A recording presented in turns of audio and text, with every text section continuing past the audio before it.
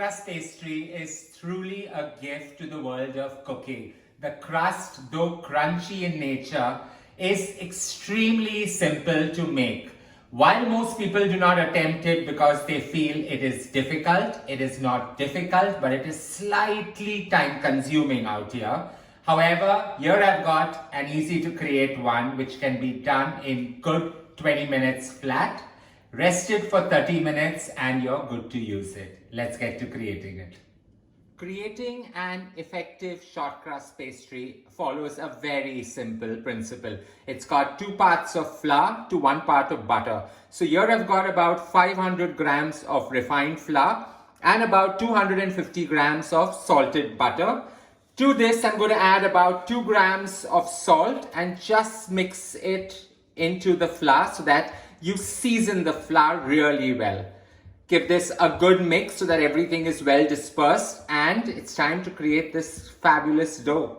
Shortcrust doughs are always created either savory or sweet in nature. However, I enjoy always creating just savory doughs and balance out the sweetness with the filling within. So into the flour that is well mixed and dispersed with the salt goes about 250 grams of salted butter. We are just going to now allow the butter to form the perfect crumbs in the flour. Slight care must be taken out here that the dough is cold and it doesn't get hot. So always work in an air-conditioned room or ensure that everything is cold so that it molds really fast but at the same time doesn't melt. This dough can be created either in a food processor or a planetary mixer, but the best way is to actually feel the dough with your fingers. Allow the butter to actually crumble into the flour, forming one of those most coarsest of textures resembling fresh breadcrumbs. So you go at it, but ensure you do not overwork it, because while you want to relax the gluten, you do not want to melt the butter and heat up the entire process. So working into this, the best way to know that you're on the perfectly right track is to just ensure that the entire mix is nice and cold. If you find it to be room temperature, stick it back into the refrigerator for at least another 20 minutes till it chills out. This is the easiest way to do this, and it comes together so fast. You just want large lumps that are in it to mix and the butter to crumble beautifully right into the flour. With everything well mixed and the butter crumbled really well into the flour, in goes about 100 ml of ice cold water and you cut the dough. This is the best way to cut the dough. If you do not have a dough cutter, just take a bread knife or a simple butter knife and go right in and cut the dough till everything mixes well together, and just put your hand in and start forming this into a perfect dough to work with. Back in with your hand, just allow everything to come together.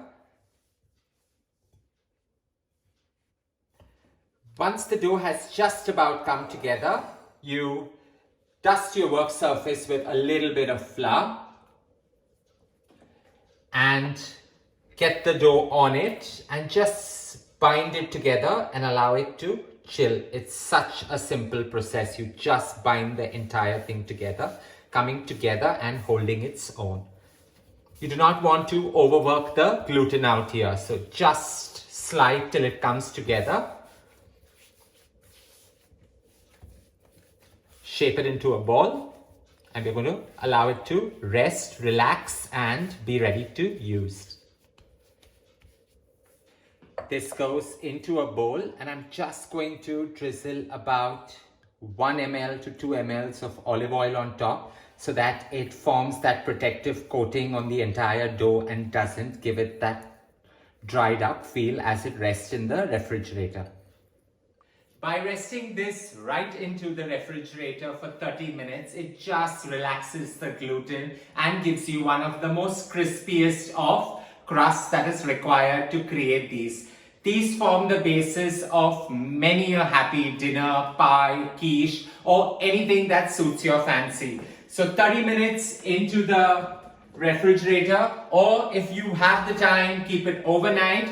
I have also at times put it into a Ziploc pouch and actually froze it defrost it later, and then use it. The results are same and fabulous. I hope you enjoyed creating this with me.